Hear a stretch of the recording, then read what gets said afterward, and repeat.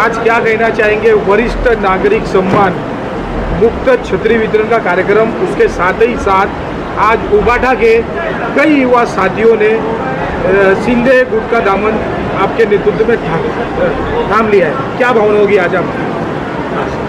संपूर्ण महाराष्ट्रामध्ये पंढरपूरच्या पांडुरंगाची यात्रा सुरू आहे आणि या यात्रेनिमित्त संपूर्ण महाराष्ट्रातील, देशातील, जगातील लोक माता रुक्माई आणि पांडुरंगाचं दर्शन घेण्यासाठी जात असतात। त्याच एका धर्तीवरती, त्याच एका भावनेतून या संपूर्ण माझ्या विभागातील लोकांना एकत्र बोलून ज्येष्ठ नागरिकांचा आशीर्वाद माझ्या कुटुंबावरती आहे आणि त्याच आशीर्वादाच्या रूपाने, त्याच विश्वासाच्या रूपाने पांडुरंगाचं दर्शन असेल, माता रुक्माईचं दर्शन असेल, ते यांच्या चरणावरती नतमस्तक होऊन पांडुरंगाची जी यात्रा आहे, जो भाविक जातो, तो वारकरी जातो, तेच वारकरी जे जात असतात, हेच माझे पांडुरंग आहेत, हेच माझी रुक्माई आहे। या माता रुक्माईच्या चरणी, या पांडुरंगाच्या चरणी नतमस्तक होण्याचं काम या संपूर्ण चांदिवलीमध्ये या पावसाळ्याच्या निमित्तानं, या आषाढी यात्रेच्या निमित्तानं त्या लोकांच्या चरणावरती नतमस्तक होऊन त्यांचं दर्शन घेत असतो आणि आशीर्वाद घेत असतो। हमें जैसा भी चांदेवली में राजेश सेंटर का भी आपने मंच पे कहा है, उसके लिए क्या जानकारी देना चाहेंगे? राजेश के लिए अभी या संपूर्ण चांदिवली विभागामध्ये आदरणीय एकनाथ शिंदे साहेबांच्या आशीर्वादातून, त्यांच्या संकल्पनेतून आरोग्य सेवा ही महत्त्वाची सेवा आहे। गोरगरिबांना या अडचणीमध्ये अतिशय त्रास होतो, हॉस्पिटलमध्ये त्रास होतो, आर्थिक त्रास होत असतो, या जायला त्रास होत असतो। या सर्व गोष्टी आदरणीय एकनाथ शिंदे साहेबांनी आमच्या नजरेसमोर देऊन त्यांनी संकल्प ठेवला की विकास हा करत राहा, त्याचबरोबर आरोग्यातून लोकांची सेवा करा। या दृष्टिकोनातून ॲम्ब्युलन्स असेल, एन्जिओप्लास्टिक असेल, बायपास असेल, डोळ्याचं ऑपरेशन असेल, मोफत चष्मा देणं असेल, अशा अनेक सुविधा, अशा अनेक आरोग्य सेवा त्या लोकांच्या चरणावरती जाऊन आरोग्य मेडिकलच्या माध्यमातून ती सेवा करत असतो।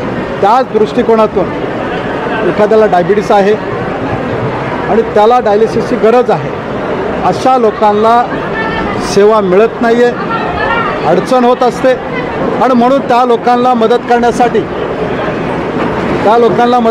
ते बघा, ते मदत करण्यासाठी आदरणीय देशाचे पंतप्रधान नरेंद्र मोदी साहेब, महाराष्ट्राचे मुख्यमंत्री, महाराष्ट्राचे उपमुख्यमंत्री आदरणीय एकनाथ शिंदे साहेबांच्या आशीर्वादाने या चांदिवलीमध्ये 20 बेडचं एक डायलिसिस सेंटर आपण सुरू करतो आहे। काम सुरू आहे।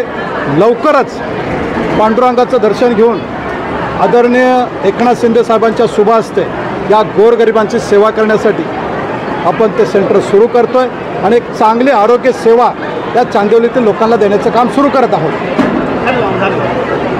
आज आपण पाहिलं असेल की या विकासाच्या दृष्टिकोनातून, हा चांदिवलीचा झालेला विकास पाहून अनेक आमचे जुने सहकारी, संदेश असेल,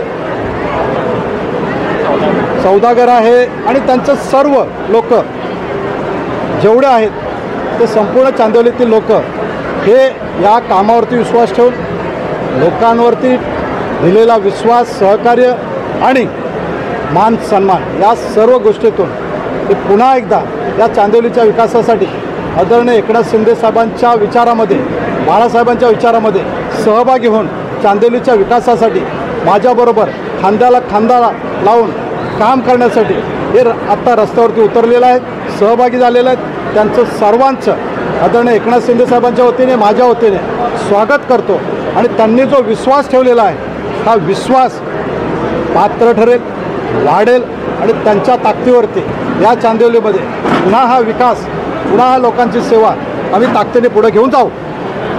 मग काय सांगणार, येणाऱ्या महानगरपालिकेमध्ये शिवसेना झेंडा फडकणार का?